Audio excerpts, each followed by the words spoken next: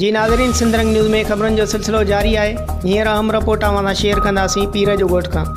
पीर जो ॻोठ में बदअमनीअ जी बाहि न विसामी सघी हर रोज़ ॾोहारी सरगर्मियुनि में इज़ाफ़ो थी वियो आहे। भते लाइ फायरिंग जा वाक़िआ पिणु वधी विया आहिनि, जॾहिं त शहरी रातियूं जागी गुज़ारण ते मजबूर आहिनि। उन सिलसिले में शहरनि सैयद अताउल्ला शाह राशिदी मीडिया सां ॻाल्हाईंदे चयो आहे त कानून आहे असांजे शहर में नाहे, या असां शहर तो कोट ज़िले शाह लदे हलिया वञूं या पीर ॻोठ खाली करे ॾियूं उन्हनि खे जेकी हिन जी सरपरस्ती था कनि। इहे छोरा काथे कैटिन में वेठा आहिनि, को काथे वेठो आहे, को काथे वेठो आहे, को इन्हनि खे चवण वारो न आहे। पुलिस नाले जी का शइ ई कान्हे का। पुलिस मरी वई आहे, पुलिस मरी वई आहे, पुलिस नाले में आहे। पुलिस कहिड़ो कमु थी करे असां वटि? कोई कमु कोन थी करे। इन्हनि जी वांगारियूं थियूं आहिनि, वॾेरनि जूं वांगारियूं थियूं आहिनि। वॾेरनि जी शादियूं थियूं अथनि, हज़ारे पुलिस वारा हुते पुॼनि था कि ग़रीब जे लाइ को पुलिस बि कान्हे का। चऊं था गैरत जो मुज़ाहिरो कर, SP मक्सी गैरत जो मुज़ाहिरो कर। असांजो पीर ॻोठ ॾींहों ॾींहुं खाली थींदो थो वञे। न असां पोख करे था सघूं, न माल धारे था सघूं, न ॿियो असां को कमु करे था सघूं।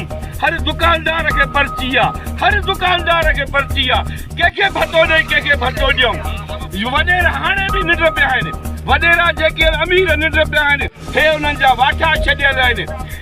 ख़ुदाया कुझु असांजे शहर जी मालिकी कयो। असां छड़ो वोट ॾियण लाइ पैदा थियूं छा?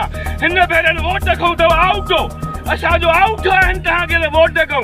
तव्हां असां वटि वोट जे लाइ अचिजो, असांजा अथव आउट आहे। हे सभु नौजवान आहिनि, हे असांजे शहर सां ज़ुल्म आहे।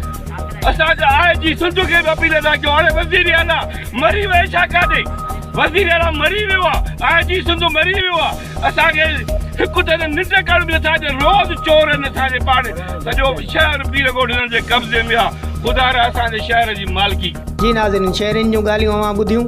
शहरनि चयो आहे त गुज़िरियल राति हथियारबंदनि मुश्ताक अहमद मेमण जे बर्फ़ कारखाने ते चढ़ाई करे गोलियूं हणी वापसि थी विया, जंहिंमें सोलर प्लेट ऐं दर खे गोलियूं लॻियूं आहिनि, जॾहिं त जानी नुक़सानु न थियो आहे। यादि रहे त शहर जे सरमाएदार माण्हुनि ॾांहुं भते लाइ चिठियूं रोज़ जो मामूल बणिजी वियूं आहिनि। राति वारी फायरिंग बि उन ई सिलसिले जी हिकु कड़ी आहे। जॾहिं त पीर जो ॻोठ जे आसपास ऐं शहर में मोटरसाइकिल जी फुर पिणु रोज़ जो मामूल बणियल आहिनि। उन जे सिलसिले में फ़ोन ते राब्तो करण ते SHO पीर जो ॻोठ ताहिर अली दायो ॿुधायो आहे त पीर जो ॻोठ में मुंहिंजी मुक़ररीअ खां पोइ काफ़ी हद ताईं ॾोहारी वारदातुनि में कमी अची वई आहे। काफ़ी ॾोहारी गिरफ़्तार करे जेल मोकिलिया आहिनि ऐं ॾोह रिकवर कराए मालिकनि हवाले कया आहिनि।